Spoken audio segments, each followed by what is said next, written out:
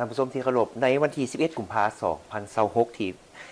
สถาบันโลโกสได้มีการปฐมนิเทศให้นักศึกษาพร้อมทั้งมอบทุนการศึกษาในหลักสูตรปริญญาตรีสาขาภาษาอังกฤษภาษาเกาหลีและวิทยาศาสตร์คอมพิวเตอร์ประจำภาคเรียนที่2ศกปี 2025-2026 สถาบันโลโกสได้ปฐมนิเทศให้นักศึกษาพร้อมทั้งมอบทุนการศึกษาในหลักสูตรปริญญาตรีสาขาภาษาอังกฤษภาษาเกาหลีและวิทยาศาสตร์คอมพิวเตอร์ประจำภาคเรียนที่2ศกปี 2025-2026 เป็นเกียรติเข้าร่วมของท่านจองจินซุนผู้ประกอบการและผู้อำนวยการสถาบันภาษาต่างประเทศโลโกสนี้บรรดาคณะอำนวยการสถาบันภาษาต่างประเทศโลโกสพร้อมบรรดาหัวหน้าภาควิชาพนักงานครูอาจารย์และนักศึกษาภายในสถาบันเข้าร่วมในพิธีต่างหน้าแผนกวิชาการสถาบันภาษาต่างประเทศโลโกสได้ขึ้นเผยแพร่บรรดาหลักสูตรและแผนการเรียนการสอนประจำภาคเรียนที่2ในศกปี 2025-2026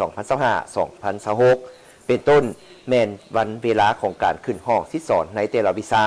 วันพักเรียนในทางราชการตามปฏิทิน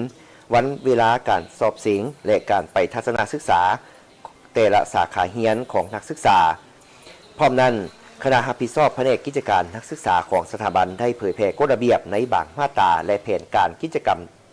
ต่างๆเป็นต้นแม่นระเบียบของการลาพักของนักศึกษาเหตุผลและความจำเป็นของการลาพักการประกอบเอกสารของการลาพักเหล่านี้เป็นต้นจากนั้นได้มีการมอบรับทุนการศึกษาเป็นทุนการศึกษาพิเศษและทุนการศึกษาประจำภาคเรียนที่2ประกอบมีทุนการศึกษาพิเศษจากภาควิชาภาษาอังกฤษ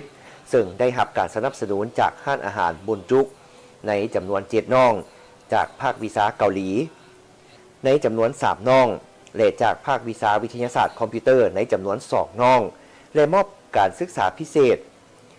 ซึ่งได้รับการสนับสนุนจากแผนกโนเบิลและวิทยาศาสตร์คอมพิวเตอร์ซึ่งเป็นทุนการศึกษาสำหรับการเรียนการสอนภาษาเกาหลีให้แก่นักศึกษาภาควิชาวิทยาศาสตร์คอมพิวเตอร์มีมูลค่าทั้งหมด60ล้านกีบ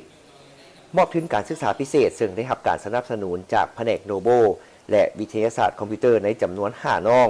มอบทุนการศึกษาอันดับที่2จากภาควิชาภาษาอังกฤษในภาคเรียนที่ผ่านมาจำนวน7น้องภาควิชาเกาหลีจำนวน4น้องและภาควิชาวิทยาศาสตร์คอมพิวเตอร์ในจำนวน1น้องสำหรับทุนการศึกษาที่นำมามอบในเถื่อนี้ได้รับ